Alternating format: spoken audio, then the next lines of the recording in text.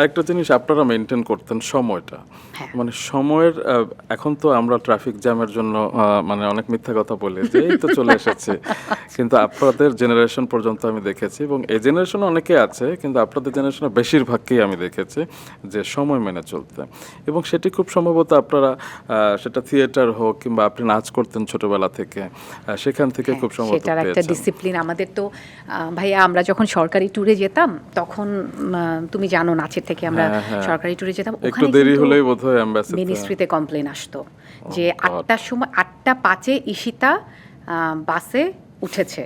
হ্যাঁ, for example বললাম, আমি আর ঈশিতা কিন্তু অনেক ট্যুর করেছি, জার্মানি গিয়েছি একসাথে, চায়না গিয়েছিলাম একসাথে, ইন্ডিয়া গিয়েছিলাম একসাথে দিল্লি ট্রিপে।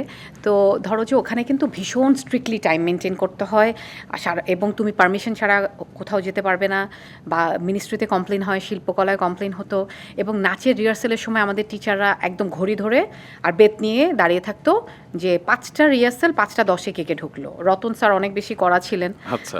তো ওই সময় আমাদের একটা গ্রুমিং হয়েছে। আর এছাড়া হচ্ছে ভাইয়া এখন যেটা হয় যে আমার গিলটি ফিলিং হয় অনেক বেশি, যেমন আজকে তোমার শোতে আসার আগে আমি আধা ঘন্টা লেট করেছি। আমি তোমাকে বলেছিলাম ভাইয়া আমি একদম 4:30টায় আসবো, কিন্তু কোনো একটা কারণে একটা কল এসেছে, সো ওখানে একটা জরুরি কথা বলতে গিয়ে আমি আধা ঘন্টা লেট করার পর আমার না মানে একটা ভেতরে গিলটি ফিলিং হচ্ছিল যে আমি রুম্মানকে গিয়ে কী বলবো যে আমার কেন আধা ঘন্টা দেরি হলো। তো এই বিবেক বোধটা আমাদের আসলে হারিয়ে যাচ্ছে, অনেক বেশি দরকার।